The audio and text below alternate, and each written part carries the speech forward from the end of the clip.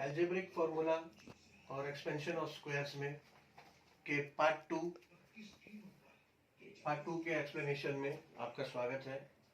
Part one में हमने देखा, कुछ फॉर्मूलाज आपको बताए, बेसिक कॉन्सेप्ट बताया, बट यहाँ देखो कि आपकी अलजेब्रिक फार्मूला के साथ इसका नाम है एक्सपेंशन ऑफ स्क्वायर्स। यानी इसमें इस चैप्टर का और एक पार्ट है जिसमें 4-5 एग्जांपल्स है आपके टेक्स्ट बुक में 7th स्टैंडर्ड में। तो इसमें बेसिकली क्या है कि क्वाड्रिलेटरल मतलब स्क्वायर, रेक्टेंगल, ये सब आपके क्वाड्रिलेटरल है। तो फॉर एग्जांपल ये एक रेक्टेंगल है, तो रेक्टेंगल को डिवाइड किया है 2 हिस्से में, 3 हिस्से में, 4 हिस्से में, 5 हिस्से में, और सभी के साइड्स को बाइनोमियल वैल्यू दिया है। जैसे कि फॉर एग्जांपल ये एक साइड है तो इसको a दे दिया कि this side is equals to a, या फिर किसी इसको दे दिया this side equals to b। ऐसा बाइनोमियल नेमिंग दिया है साइड्स को, और फिर बाद में उसका एरिया पूछा है। और इसमें पार्ट बाय पार्ट अलग अलग डायग्राम को, अलग अलग क्वाड्रिलेटरल को नेमिंग किया है, और आपसे टोटल एरिया पूछा है, या फिर टोटल एरिया से आपको अंदर के पार्ट्स का एरिया पूछा है, ऐसा है। तो थोड़ा इसमें हम लोग बैक में जाएंगे। लोअर स्टैंडर्ड्स में आपने सीखा है कि स्क्वायर का एरिया क्या है। फॉर एग्जांपल ये स्क्वायर है, तो स्क्वायर के चारों साइड्स इक्वल होते हैं, तो अगर एक साइड ए है तो चारों साइड्स का वैल्यू ए ही होगा। स्क्वायर के चारों साइड ए होंगे। और अगर रेक्टेंगल है तो रेक्टेंगल का ये दो sides, for example length consider करिए, तो अगर ये बी है तो ये बी होगा, अगर ये सी है तो ये भी सी होगा, ऐसे है। और ऐसे में एरिया का अगर फॉर्मूला देखेंगे स्क्वायर का, तो स्क्वायर का area of square is equals to side square होता है इसका एरिया। यानी कोई भी दो साइड को मल्टीप्लाई करेंगे तो इसका एरिया होता है, यानी area of square is equals to a square.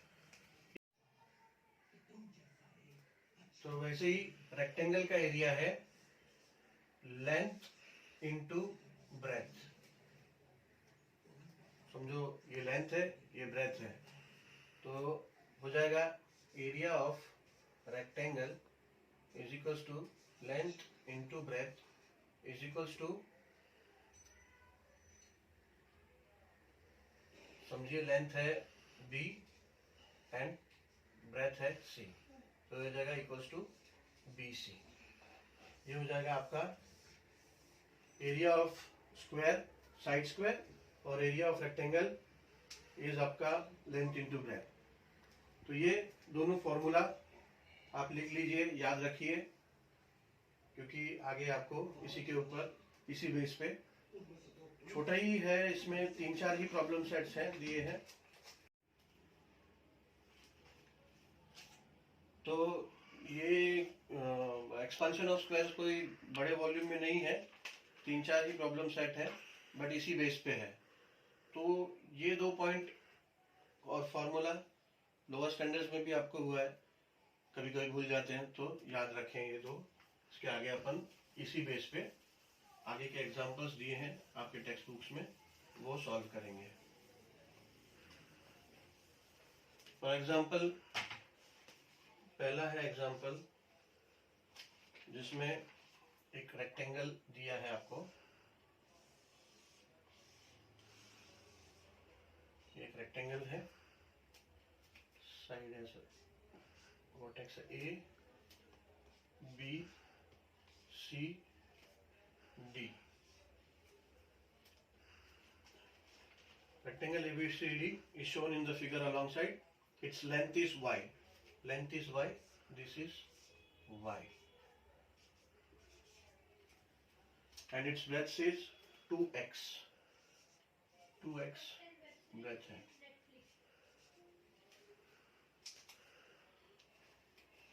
A square of side x units is cut out from this rectangle. एक स्क्वायर उसमें से कटा है जिसका साइड का वैल्यू है, साइड है x, यानी एक स्क्वायर, ये एक स्क्वायर है इसमें जिसको बोल रहे हैं कि x है। ये स्क्वायर दिखने में स्क्वायर नहीं हो रहा है, थोड़ा सा इसको कम कर देता हूं ताकि एकदम स्क्वायर दिखे। तो क्वेश्चन का बोलना है कि स्क्वायर है जिसका साइड x है, तो एक साइड x है तो चारों साइड x ही होंगे, ये भी x है, ये भी x है, ये भी, चारों साइड x हो जाते हैं।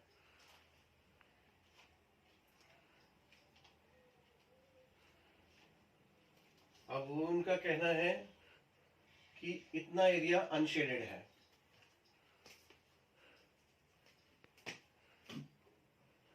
ये भी x है। अभी इसको शेड किया हुआ है, ये पूरा एरिया, ये स्क्वायर का और बाकी के ये रेक्टेंगुलर एरिया का, ये सब शेड किया हुआ है और ये विदाउट शेडेड है। तो इन्होंने हमको बाहर के रेक्टेंगल का साइड का वैल्यू दिया है, अंदर के ये शेड का वैल्यू दिया है। स्टार्ट करो। बेसिकली आपको शेडेड एरिया के साइड्स दिए हैं जिससे उनका एरिया मिलेगा। अंदर कट वाला स्क्वायर है वो भी शेडेड है, उसका साइड्स दिया है, उसका एरिया मिल जाएगा। और क्वेश्चन में उनको आपसे इस एरिया जो शेडेड नहीं है, इस स्क्वायर का उनको एरिया चाहिए। तो इसको कैसे सॉल्व करेंगे हम? हमको इस बड़े रेक्टेंगल का साइड्स पता है, इसका लेंथ पता है, उसका ब्रेथ पता है, उससे आपको इसका एरिया मिल जाएगा, यानी पूरे का एरिया मिल जाएगा। ये स्क्वायर का साइड्स पता है तो इसका एरिया मिल जाएगा। इस बड़े रेक्टेंगल के एरिया में से स्क्वायर का एरिया आप जब सब्ट्रैक्ट करोगे तो अनशेडेड पार्ट का एरिया ऑटोमेटिकली आपको मिल जाएगा। तो अब कैसा होता है कि एरिया ऑफ ये बड़ा रेक्टेंगल जो है, area of rectangle A B C D is equals to length into breath.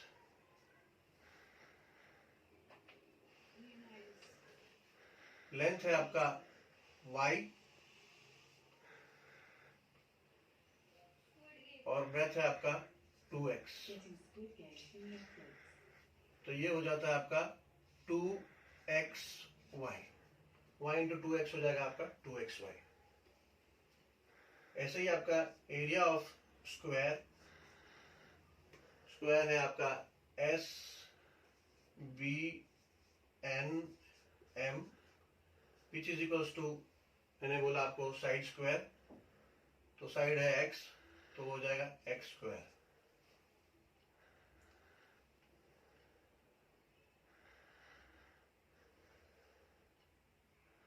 अब ये पूरे रेक्टेंगल में ये एरिया जब हम सब्ट्रैक्ट करेंगे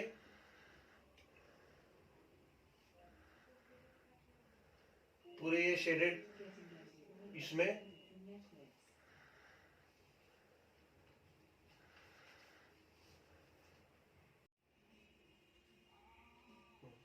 तो बेसिकली अभी हम क्या करेंगे कि area of this total rectangle का एरिया में से area of this unshielded part को माइनस करेंगे तो एरिया ऑफ शेडेड पार्ट होता है। तो वह है आपका area of full rectangle, area of shaded part is equals to area of आपका पूरा रेक्टेंगल ABCD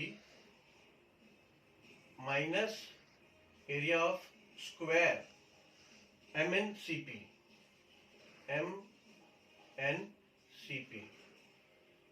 इस रेक्टेंगल के एरिया में इस एरिया को माइनस करोगे तो आपका शेडेड पार्ट आपको मिल जाएगा, शेडेड पार्ट का एरिया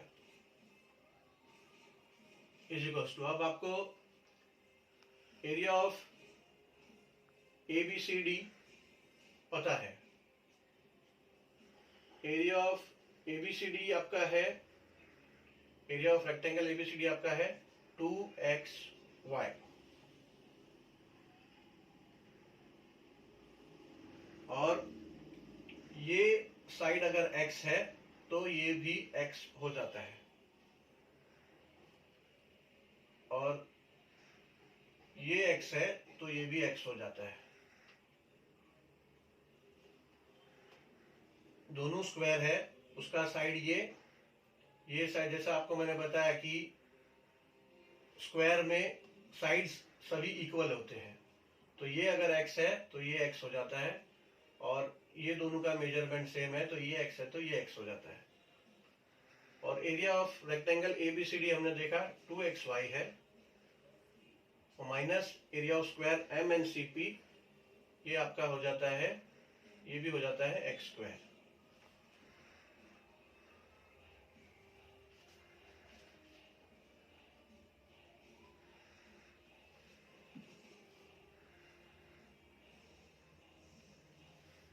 तो इस तरह से आपका एरिया ऑफ शेडेड पार्ट का आंसर आ गया। अब हम चलेंगे सेकंड प्रॉब्लम सेट में। जैसे आपने देखा कि एग्जांपल 1 में एक तरह से ऐसे सॉल्व किया है कि एरिया ऑफ फुल रेक्टेंगल निकालकर एरिया ऑफ ये छोटे स्क्वायर को सब्ट्रैक्ट कर दिया तो ये शेडेड पार्ट का आ गया। वैसे ही और एक तरह से बताया है कि एरिया ऑफ ABPS यानी ASPD ऐसा पकड़ेंगे, एरिया ऑफ ASPD ये फाइंड आउट करके, और एरिया ऑफ SBNM ये दोनों एरिया को प्लस कर दिया तो आपका शेडेड पार्ट का एरिया आ जाता है। तो अभी वैसा करेंगे। तो अभी वैसे करने के लिए अभी हमको तो यहाँ पे y दिया है, y जो है वो DC का है, यानी यहां से यहां तक y है, तो अभी हमको DP पता होना चाहिए, DP। तो DP हमारा हो जाता है, ये y है और ये x है, तो DP हो जाता है, जब DC में से आप PC को माइनस करोगे तो DP आता है, यानी आपका DP हो जाएगा, ये D से P तक हो जाएगा y माइनस एक्स, यानी अब इतना साइड का हमको वैल्यू पता चल गया, और ये this will remain the same. ये अगर y माइनस एक्स है तो भी ये भी y माइनस एक्स हो जाएगा। तो अब हमको इसका एरिया निकालना है और इसका एरिया निकालना है, और दोनों को ऐड कर दिया तो हमारा शेडेड पार्ट का एरिया निकल जाएगा। तो अब हम शेडेड पार्ट का एरिया दूसरे तरह से निकाल रहे हैं। ये है area of shaded part, area of shaded part is equals to area of rectangle ASPD plus area of square SBNM। देखिए ऐसे ही समझ में आ रहा है कि ये और ये ऐड कर दिया तो हमको टोटल शेडेड पार्ट का एरिया मिल रहा है। अब रेक्टेंगल ASPD का एरिया होता है लेंथ इंटू ब्रेथ। अब इसका लेंथ है y माइनस एक्स और ब्रेथ है 2x।